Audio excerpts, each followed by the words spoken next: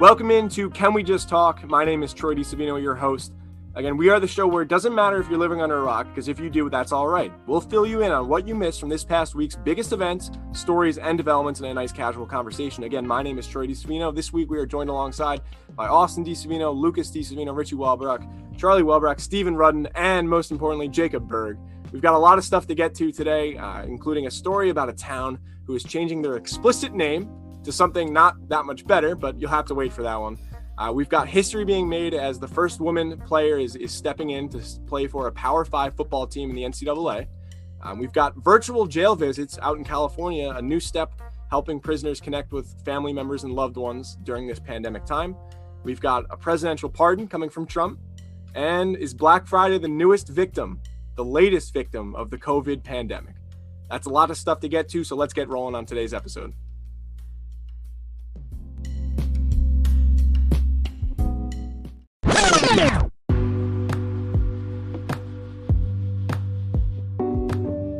New this week, a big name change coming for an Austrian village. It's a joke-wary name that was having a lot of issues for the people who actually lived there.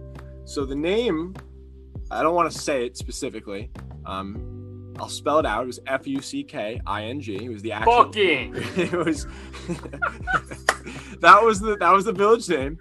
That was a big issue. The residents of this town and village, they were getting a little annoyed with people constantly making fun of the village name that they call home.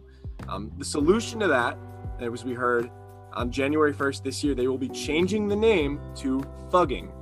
Fugging. I don't know how much better that is. Still seems like it's going to be kind of controversial. Now you're just going to get made fun of for sounding like the F word instead of actually being the F word. I'd love to get your guys' take on this right away, as we are losing, a very awesome named village starting in 2020. So, Lucas, what's your take on this? They're going from fucking to fudging. What, could they only afford 2 letters? Why would they go through all that trouble to change the name if it's going to sound the same? That's not really changing the name, because in Brooklyn, that's how you say fucking, like, this fucking guy. Yeah, it's true. Like, why wouldn't you change it to anything that doesn't start with an F? I don't know. Well, so how does a town change its name? Was there a vote? It's a good question. Yeah. It's Jacob, do you have? I know you already read the article too. So from CNN. I have some stats on this for you. I had to go to Wikipedia for this one. So let's see here. So first in 1070, so nearly 1,000 years ago, the spelling was Vuckingen, and then they changed it to. Can you Use spell it that? in a sentence, please. spell that. Bucchingen. That was 1070. Yep, that was my guess.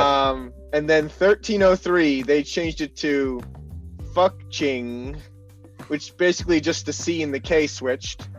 Okay, so And then in 1532, changed it to Fugging, which is like Fuggking.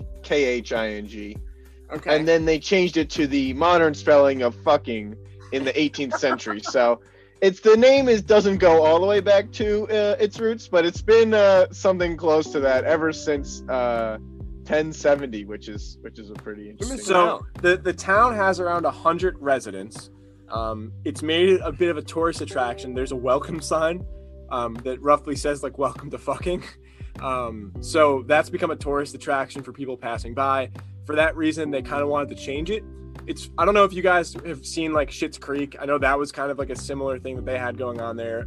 People taking pictures in front of. Oh, that's a really shitty show, right? That's a really Schitt's Creek. bad show. Creek's a good show. It's a good show. It's really so bad. people take pictures in front It's a of. funny show. People take pictures in front of a sign where, there's people having, doing the deed. So this is kind of a similar draw too. So- and they're deciding to change it. They don't want people stopping in front of their exit to take pictures of the sign, and they don't want that publicity. Yeah, they in the article they mentioned that the sign was getting stolen so often that I guess they had to put a permanent fixture up. They actually had a short run before I Love New York came out. I Love New York actually stole that from Fucking. So Fucking's tourist slogan was, I love fucking, and they sold that on shirts. So But is that true? Or that's It absolutely was on true. Wikipedia. It's on Wikipedia. Actually, no, it was on Wikipedia. so keep in mind, we are an updated news source. We try to provide the fair and honest truth of everything. So we will not get into litigation with New York stealing. It's a joke. It's a joke. I can't make a joke. What's the mission statement? Don't let the truth get in the way of a good story. Polar media. I don't think so. I think it's. I read that. I think it's. I think it was I'm something pretty about. That was on. Pretty sure the mission statement is don't mess up a good joke. And don't forget your comb. Yes. Well, we'll kind of slide over. We'll transition and away from that comic story of a town called Fucking. Fucking. Don't you think that's gonna make it worse though? And when Don't you people think- ask, like, hey, where are I you was from? gonna- They go, fucking. They're like, whoa, easy. I'm just asking. Ultimately, yeah, but if you're gonna change the name, like I'm looking at the article here, people are saying that they want to change the name because they don't like being made fun of anymore. But now they're changing it to Fugging. They're on their heels. It's just gonna make it worse, right? They should You have gotta named it steer- Fugging. Yeah, steering to the curve or something. I don't know. I just feel. That's that why I going- asked in the beginning. Could they only change 2 letters? Like, did they There, not pool there money has together? there has to be some meaning to it. I mean, it's in Austria. It's maybe, only 100 people. maybe there's some meeting. Maybe it's They a should have a family Zoom name. meeting about this, honestly. It's a movie theater. Yeah, I don't know. It's interesting. All right, It's a small riot. moving at most. moving on. There's big news coming from the Power 5 conferences in college athletics. This one specifically on the historical event of a woman becoming the first woman to play in a Power 5 football game. There's the opportunity of that happening. Vanderbilt's Sarah Fuller is poised to become the first woman to play in a Power 5 football game ever. This is kind of a huge story. She was a women's soccer player, and she transitioned to play over for Vanderbilt's football team.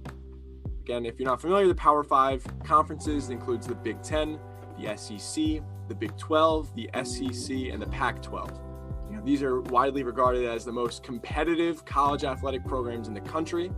This is, you look at major league sports, you have the major leagues, the minor leagues. The Power 5 conferences are mostly looked at as the highest level you can get to compete in professional sports, or amateur sports, I should say. So this is a really big deal. Sarah Fuller quoted, she said, "Let's make history. This is a monumental step for women." So this is a really awesome update we've seen come out from over the weekend. Jacob?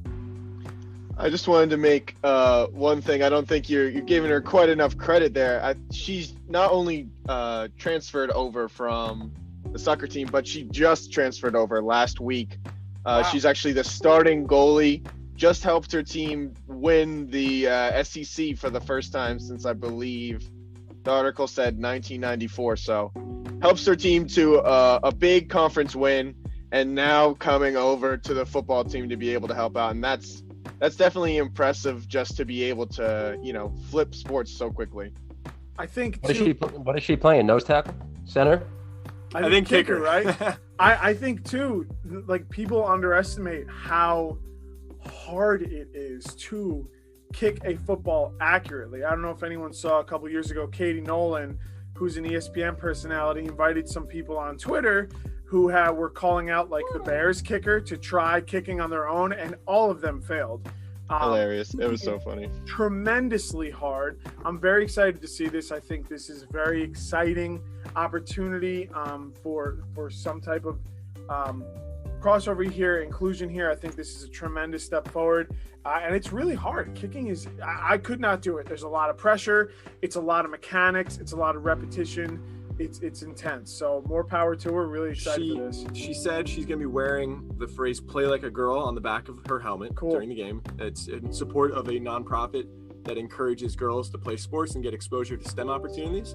So, it's a huge step for all the Power 5, for all female athletes out there that want to take the next step and, be included in the grander stage of athletics in this nation. So it's a huge step as we kind of transition and start to see some new faces in college athletics. So Yeah, awesome. huge shout out to Sarah Fuller. That's big. Any other thoughts? I mean, I thought college was hard enough, just college, Yeah. and then playing a sport on top Well, of it. think about this. She's playing too. She just got That's done what I'm with saying. she just got done with soccer. I was last worried week. about forgetting my shower shoes, and she's like, making ESPN headlines. So I will say it's interesting. I know this isn't the case for the SEC for Vanderbilt, but watching athletics take place in the Big Ten, in the Pac-12, you're seeing a lot of these soccer athletes transition over to football for the kicking position because those conferences aren't the only athletics programs that are happening in this fall are football. So the players from those soccer teams don't have a place to play. So I wanted to fully explain why that transition's happening, and now you're seeing soccer players in football. It's Austin had his hand up, and I'm going to cut him off because I don't respect him. My question is, I didn't really understand most of the words you used during this segment. I've understood about 12 of them. What 12? Mainly it was names of the people on this podcast. So if we can, I'm just lost. I'm not a sports guy. Yeah, go ahead. So I also think there's a good point you make there with a lot of soccer players transitioning over to football. I think that's a great thing because they're finally playing a real sport. So that's a tremendous move because they're probably good athletes, but they're wasting their time kicking around a ball on a pitch, as they call it. And if you want to hear more about soccer, go listen to Polar Soccer because there will be a podcast. You keep saying soccer and then football, and I don't know what's going on here. There's only one. Football is a real sport. Soccer is something you do at recess. Oh, so you guys are in the American bubble. We needed Nikki on this topic. Oh, Steven got upset. He left. Well, he'll be back. And Jacob, you play collegiate football. You play at that level. Have you ever tried going out there to kick a field goal? Can you tell us how hard it is? It's tough. It's definitely something that you think is a lot easier before you try it. I think that, a lot more people than you think, like, yeah, you can kick it maybe in from the 10-yard line. But the skills needed as a kicker, you really need to get really good height on the ball to get over the defensive line and even your offensive line in front of you. So that's, I think, a skill that most people don't think about when it comes to place kicking. You have to be able to kick the ball very high off the ground, just in a short distance.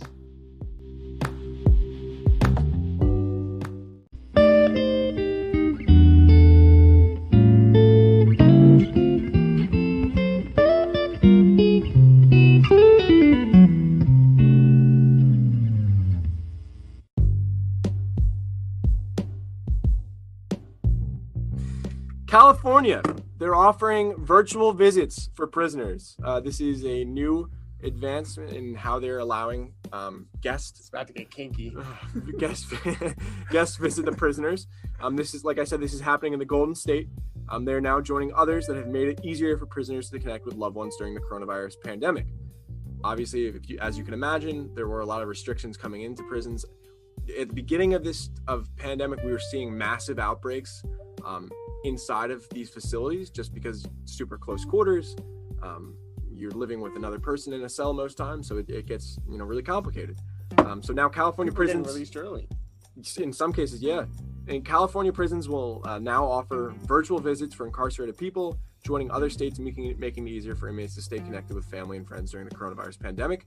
The state's Departments of Corrections and Rehabilitation said in November 20th news release that the initiative will launch 5 prisons on November 28th and 29th, with each eligible inmate allowed a free 30-minute virtual visit every 30 days. The program will expand to more institutions by the end of 2020, according to the department's website. 30 minutes on a Zoom call or whatever program they may be using. They get that once a month. Wow. And they're going to start spreading that out. So no time for foreplay. You got to get right down to it. I'm surprised, to be honest, that it took this long. I kind of expected that would have happened earlier. It's got to be tough over the past several months. So, Austin, your thoughts? This is great and all. I think this is a little bit of fluff. I think they could probably do better for their inmates. I'd rather states and governments spend money on fixing the corrupt prison system that has targeted incarceration. So there's probably nothing that can really make me feel good about the system. It probably doesn't cost money. I mean, it's probably just like... All right, so do more of it. I mean, that sounds like a separate topic. Is there issues with the jail system in the United States? Yes. Yes. Does that have anything to do with Zoom meetings for inmates? No. No, but they could be doing a better job than this. That's all I'm saying. Oh, here we go. This kind of reminds me of the actor. I always forget his name, and he's Christopher Walken. He's in Father's Watch. Oh God. What is he in? Come on, Troy. You know what it is. This is good content. what's it called? Not just go with it. Something All right, about drinking. Brandy. Oh, The Hangover. So it's kind of like that scene. Oh, God. And You're The looking for an Hangover. actor, and you come out with a movie. Jacob, your thoughts?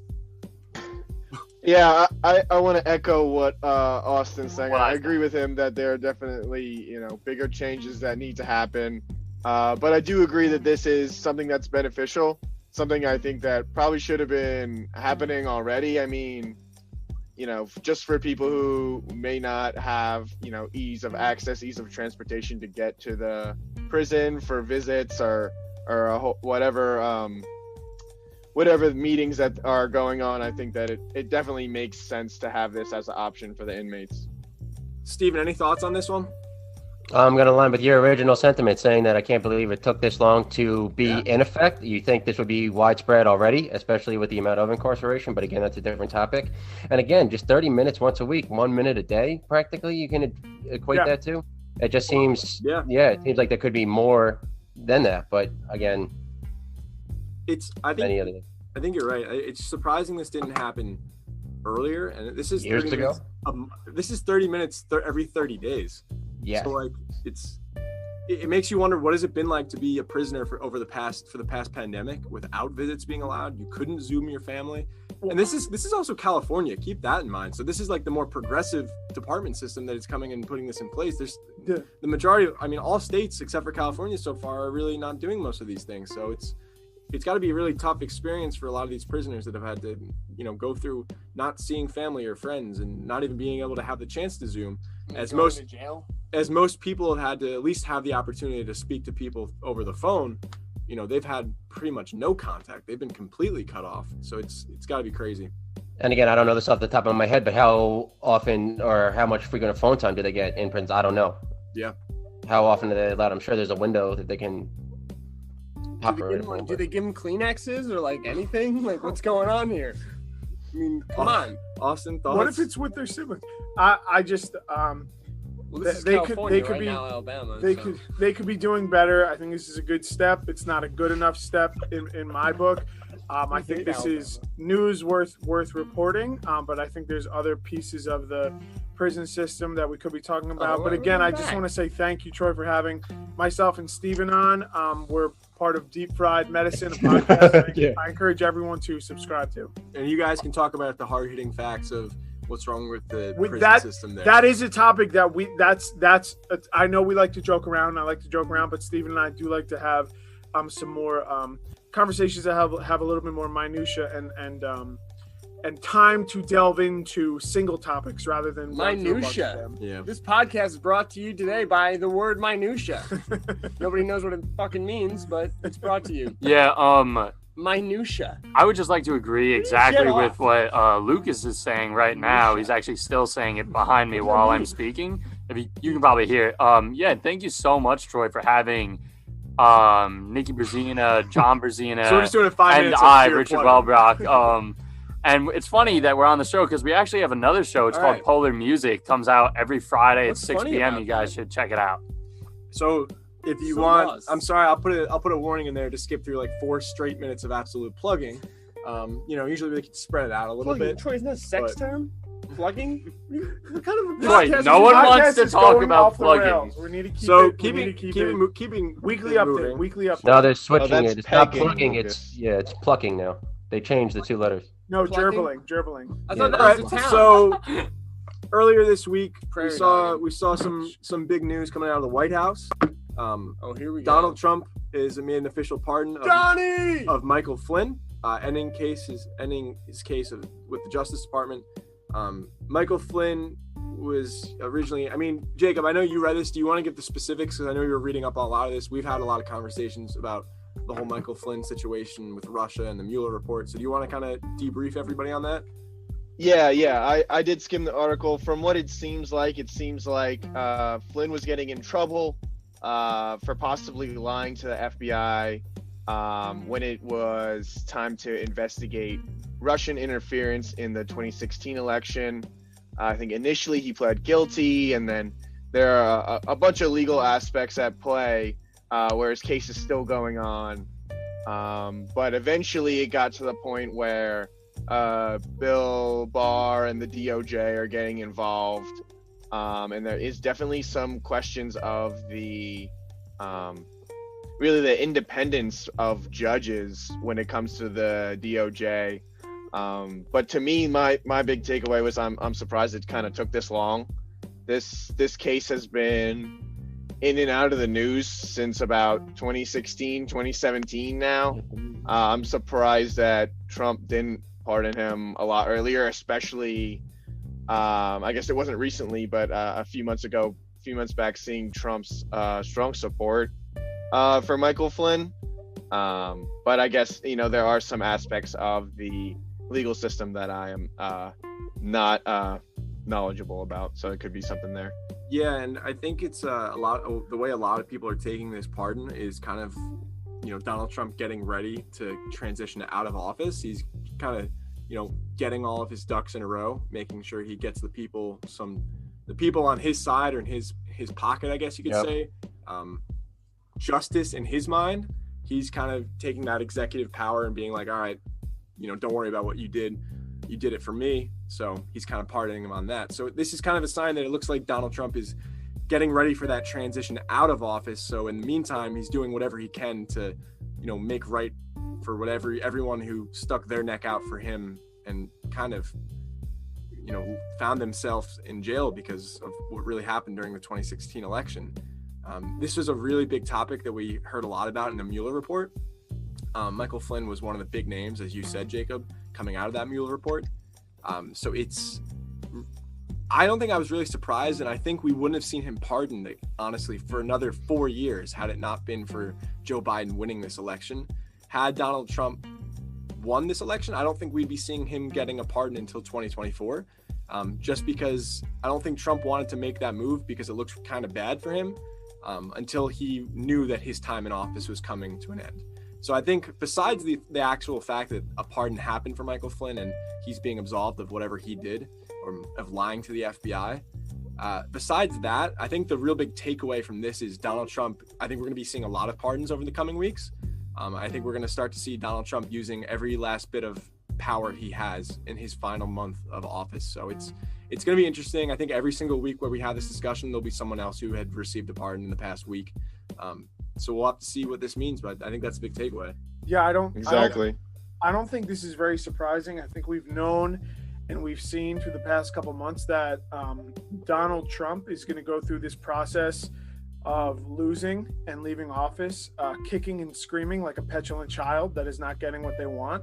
He's not going to make it easy. He's going to do it in a self-serving way. And I just want to clarify, when you say he's taking care of the people that stuck their neck out for him. Lied for him. He's taking care of people that broke the law and did illegal things. Yep. So I think we have, a president with a mobster mentality who has no regard for human life, no regard for ethics or anything like that. And we're just seeing continued actions of what we've seen over the past 4+ years. So none of it is surprising. It's just all disappointing. Jacob, you got something? Yeah, that was a good point, Austin. I just wanted to go back to what Troy was saying when he was talking about, every week we might see some more pardons. If I believe it was last week that we talked about the possibility of Trump pardoning himself, or maybe that was 2 weeks back. But feel free to go check out our older episodes if you want to. That's a good plug. Thank you, Jacob, for making a good plug. Thank you. What was wrong with our plugs? You didn't make a plug. Make one right now. So if anyone wants to listen to The Problem Is, yeah, so I think we're going to be seeing a lot more action, a lot more executive order over the last 2 weeks. He's going to try, like I said, to get every last bit out. And to what Austin, you said, yeah, you're right. I mean, stuck their nose out. Again, they did break the law. It's kind of just like they took the bullet for Trump because I think they knew that Trump was going to, save them in the end, and it was what they thought was worth it. So yeah, this is kind of the redemption part, that Trump is redeeming what all those people did for them by using his executive power to take them out of jail and pardon everything they've done.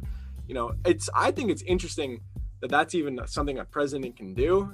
I think it's kind of like a get out of jail free card. It seems kind of funny that that's a thing that someone in this country can actually do. They can just completely absolve someone for a crime they committed just because they're the president and they say so. Doesn't seem too democratic to me. So, I mean, your guys' thoughts on that? Steven, I'd like to get your opinion on this whole report. I have to align with a lot of what was said. Jacob said that it was surprising that it took this long. I think it was because Trump thought that he was going to have 4 more years in office, and if he waited a couple of more years to do this, it wouldn't be causing so much of an outcry now. Again, with what Troy said, I think now, seeing that he only does have 2 more months, he is trying to fulfill these promises for the people that did go on trial and pretty much lie and admit to lying to the FBI for him, as far as the communications with Russia goes. In light of a president being able to just dismiss, yeah, it might be something worth looking into.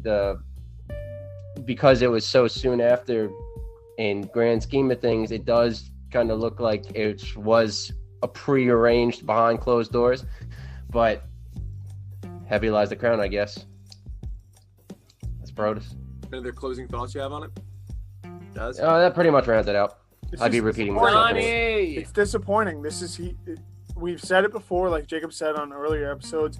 The office of the president of the United States, your ethical standards and your personal standards should be held higher than everyone else. And it's just disappointing that is who America chose in 2016.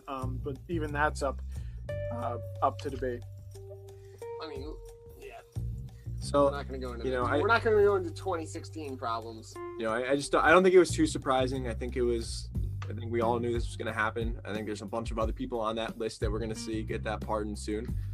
It just really has to do with when Trump realized he's going to be leaving office. I think Tiger King's going to get one? I don't think so. Joe Exotic? Joe Exotic should get one. Is there a limit? No, he hired someone to kill Carol Baskin. You don't know that. Is there a limit on pardons? Can you only do like 5? Is there like a cool down? Oh, I'm not sure. 40 seconds. I think Tiger King's too far out of the public eye now. Yeah. I know, it's unfortunate because he started out with this pandemic and it's almost going to be a year on it. That was season 1 of the pandemic. Yeah. So yeah, the first part with toilet paper and Tiger King. Take me back. Moving away from the White House, we are recording this on Black Friday. It's been one of the weirdest Black Fridays in recent history, probably of all time. Black Friday, the day where most people, it's kind of ironic. The day after we're being thankful for everything we have in our life. It's the worst holiday in the world. The non-objects, the people, the relationships. The day within 24 hours after that is the biggest consumer day of the year. Not even 24 hours. Look at last year. Stores opened at 10 p.m. That's ridiculous. Yeah, same day. It spreads over. So this year, that wasn't happening. There wasn't midnight openings. Good job, America. Target and Walmart were not opening at midnight. They weren't opening at 6 p.m. the day before on Thanksgiving. Good job, America. So this year they weren't doing that. I think Target opened at 6 a.m. Walmart opened at 5 a.m. And this year is going to be really different. There's a lot of reports that Black Friday sales in retail locations are going to be way down for the reason that retail locations are kind of spreading the sales out for the entire month. They're making it, all of November, not all of November, like half of November, all of December leading up to Christmas. And for that reason, they're expecting less volume in the store at one time. And that was by design, I think. They didn't want everyone coming in there at 6 p.m. on Thanksgiving. So they kind of spread it out. I don't know if that actually will work because now you're going to have a lot of people going in all month long. But that was at least the idea, right? They didn't want people lining up at midnight. I don't know. Troy, I know you and your brothers tend to go out on Black Friday, try to get some of the deals in, some of the holiday shopping done. What did you guys do this year? Well, I want to clarify. We don't go out We're looking at it to shop. We go out to people watch. Normally, so we go out, we do walk around, and if there is a good deal, we'll snag it. Well, Richie likes to wear a red shirt and go to Target. Yeah, Richie likes to wear a red shirt, go to Target, and pretend to help people. Do. But we do like to go out and people watch. We're not some of those people that like line up at 6 o'clock. But this year we did not do anything. We did this. We're doing this. We bought Pokemon cards. That was it. Yeah. Well, I'm kind of bummed. Oh shit! Like you said, Jacob, that's like one of my. Steven, he worked today. Yeah, that's usually one of my favorite nights. And from a perspective of someone who works in the industry, Steven, you were at the stores today. Right. What was it like? You were in the foxhole. I was gonna say, believe it or not, it was still madness. The specific store I work at is Home Depot. You know, just one of life's winners. And we extended the sales till November. But today that didn't really halt anybody and whatnot. They expected different deals and whatnot. I guess word of mouth didn't get spread about the extension of the sales. But yeah, we still demolished the store plan and whatnot. People were going everywhere. You know, I was kind of bummed because I missed out on Black Friday last year. Black Friday is usually like my favorite night of Cyber Monday. Yeah, but Black Friday is usually one of my favorite nights because it's just kind of fun to go out. It's crazy hectic. It's like going to see a midnight movie, but everyone's running around at 2 a.m. at Walmart. And you know, last year didn't get to do that. This year again, didn't get to do it. So I'm excited for next year, what it's like to bounce Wait, where back. were you last year that you couldn't go? I was stuck in the Fort Lauderdale airport. No, sleeping. you were in the Bahamas. No, Missed I me was with on this. I was on a business trip. I was coming back all right. from Look, the Bahamas. what's more important is not the Black Friday sales, but Black Friday means it is officially time to hang up those Christmas decorations. Yes. And that's what I did today. I hung up my Christmas decorations. I saw the lights, and it was just Christmas spirit out the wazoo. Any end of year holidays, it's a good time to start celebrating them. Kwanzaa, Hanukkah, Christmas. What's the one from? Oh, my bad. Seinfeld? Holiday lights. Holiday lights. My bad. Not Christmas lights. Holiday lights. I forgot. Festivus. Festivus. No, I'm just Festivus. saying, it's a good time to start celebrating everything. Sure. Yeah, I'm gonna go vomit in my mouth. Jacob, I when know does Hanukkah kick off this year? I think it's either the 14th or the 15th. I don't know off the top of my head. It's for 7 But days. yeah. Is the article here about consoles, or are we just talking about Black Friday? But I was just kind of bringing up the fact it looks like Black Friday is just like the most recent victim of the COVID-19 pandemic. Like it just is getting kind of killed this year. yeah, totally agree. Just wanted another shameless plug. If you guys want to hear our thoughts on some of the consoles, we did a nice little segment on that last week. Well, to that point, Jacob, there's GameStop's had some consoles. I didn't realize like how little they had. I don't know if this is what it was like in past releases, and maybe Richie and Charlie, who's also joining us, can kind of fill me in on this. But GameStop's had like 2 PlayStation 5s and like 4 Xboxes. Do they always have that little amount? Why did I think they had like 30 consoles? Charlie was actually just talking to me about this earlier today. Charlie, what are your thoughts on that? When we went to the Target, they were completely out of all consoles, all new generation consoles in the cases. Yeah. Charlie, 6 years younger than me, his voice deeper than mine, I'd say already. I just like to point that out. And yeah, I agree with you. Can confirm. We went to Target to get Pokemon cards. We didn't see a single Xbox One. I didn't see any PlayStation 5s at all. I mean, just kind of happy about that because it's a crappier console. It's a printer. It is a printer. It's very ugly. So honestly, that'd be pretty cool if they just stopped making them. Maybe they did. Just done. Yeah, maybe they're just done. The GameStop locations I was seeing, and these were the only people I saw lining up, because what else is going to get people to line up at 8 p.m. the day before is, the new gen consoles. Or So- ice cream. So there was GameStops where people were lining up, and on the door of the GameStop, it just said we have 2 PlayStation 5s. That's it.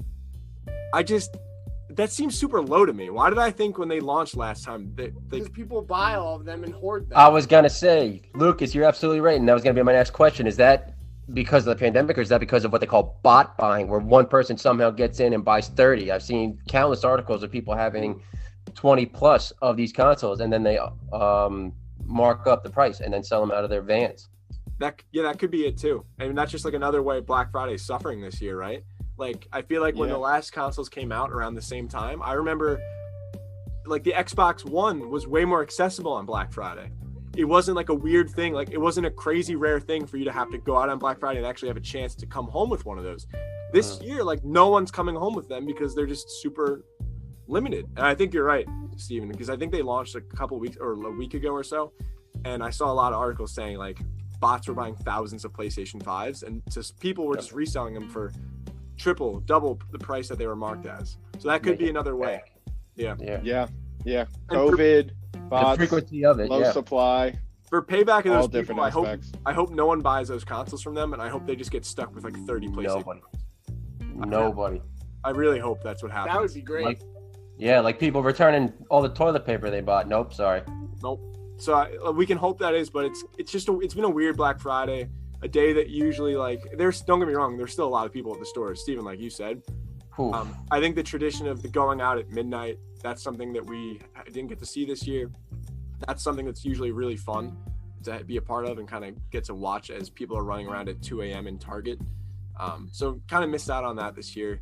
I'm not a fan of seeing it bleed into Thanksgiving. So that was something that was good that came out of this. But like I said, it kind of just looked like the Black Friday was just the most recent victim of COVID-19. But I think that's going to do it for us here on this episode. I thank you guys again for joining us. Austin DiSavino, Lucas DiSavino, Richie Welbrock, Charlie Welbrock, Stephen Rudden, and myself, Troy DiSavino. This was Can We Just Talk? Thank you for listening. We got more content. And Jacob Berg. Did I not say you, Wow. Jacob? Wow. One more time. Oh, this guy. Hold on. We'll do it again. I'm getting yelled at for forgetting to Fugging. we had somebody on the podcast. This was Can We Just Talk? Hosted, the main host being Jacob Berg, and then there's some other people on it as well. Again, this is Can We Just Talk? We got more content coming out next week, as well as some other Polar Media shows, Deep Fried Medicine, Polar Music, both new episodes out now, so make sure to go listen. Again, this was Can We Just Talk?